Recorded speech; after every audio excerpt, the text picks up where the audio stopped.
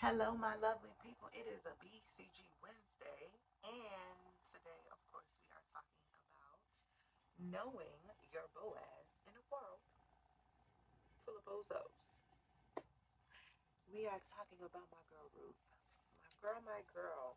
So, we're going to talk Ruth, the first chapter today. I got my Bible,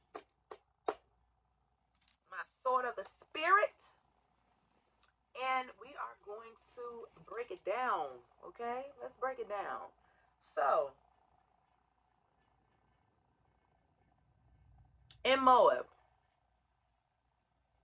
we had a man, Elimelech, and he had a wife, Naomi, and they had two sons, Malon and Chilion. Well,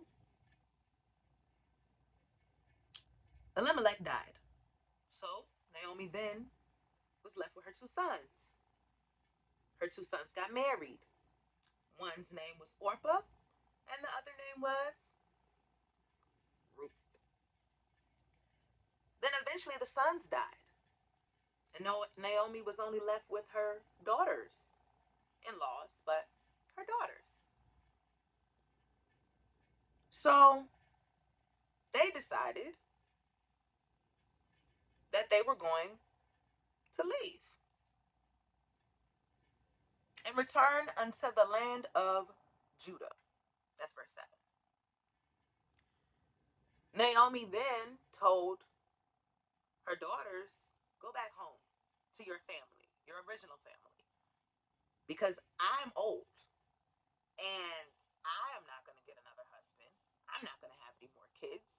But y'all aren't. Y'all aren't old. Y'all aren't barren. Y'all have a chance. So go back to your families. Of course, at first they refused, both of them. But eventually Orpah gave in and she went back to her original family. However, my girl Ruth, she was like, I'm not leaving you. You are my family. And I'm sure you've heard this before. I will read chapter 1, verse 16. And Ruth said, entreat me not to leave thee or to return from following after thee. This is the part that I'm sure you may have heard. For whither thou goest, I will go. And where thou lodgest, I will lodge. Thy people shall be my people, and thy God my God. Where thou diest, will I die, and there will I be buried. The Lord do so to me, and more also, if aught but death part thee and me. So I've heard this, like people use it like at weddings and stuff. But this is actually Ruth talking to her mother-in-law, saying, hey, I'm not leaving you. I'm not letting you go. We are in this until death. Okay? Until the Lord calls one of us home, we're together. We're in this together. So they arrived in Bethlehem, and of course, all of the people were like, is that Naomi? Is that Naomi? Naomi? Naomi? Naomi said, no. Call me Mara, for the Almighty hath dealt very bitterly with me. I went out full, and the Lord hath brought me home again empty. Why then call ye me Naomi, seeing the Lord hath testified against me, and the Almighty hath afflicted me?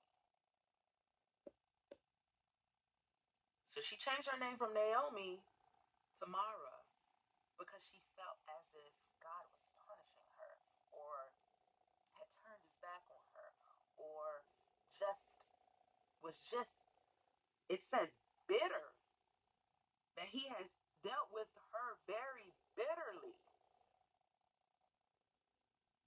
Do y'all know what bitterness does? So to feel like God treated her bitterly, oh yeah. She's like, no, Naomi has too much beauty to it. Call me Mara. And so Naomi and Ruth returned out of the country of Moab and arrived in Bethlehem in the beginning of the barley harvest.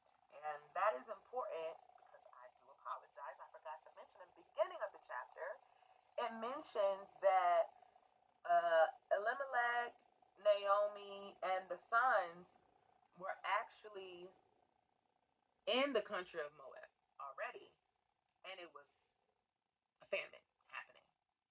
So the fact that they arrived in Bethlehem, Naomi and Ruth, at the end of the chapter, at the beginning of barley harvest, I think I think that's a bit of foreshadowing to let us know, what we could be looking forward to in the next couple of chapters. And so I do encourage you to read I encourage you to read the whole Bible, but I encourage you to really study on this for yourself because what we're really going to jump into in these next few chapters, it is going to be something. It's going to really show you how God shows up and shows out. It's going to show you how God provides. It's going to show you how when you're obedient to God, you will reap the benefits.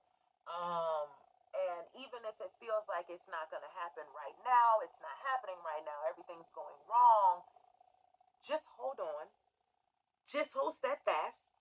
Just hold to his hand, God's unchanging hand, and wait. I promise he will show his face. And when he does, oh baby, oh baby, just know the praise that you will experience. Ha! Mm. The joy that you will feel. Listen, you might as well start praising him now. Okay? That's what I got for y'all today. You may as well start praising him now. Just go ahead and start now. Because it's going to happen. So go on and praise him now. I love y'all. Thank you so much for tuning in. This has been great. I will see you next week.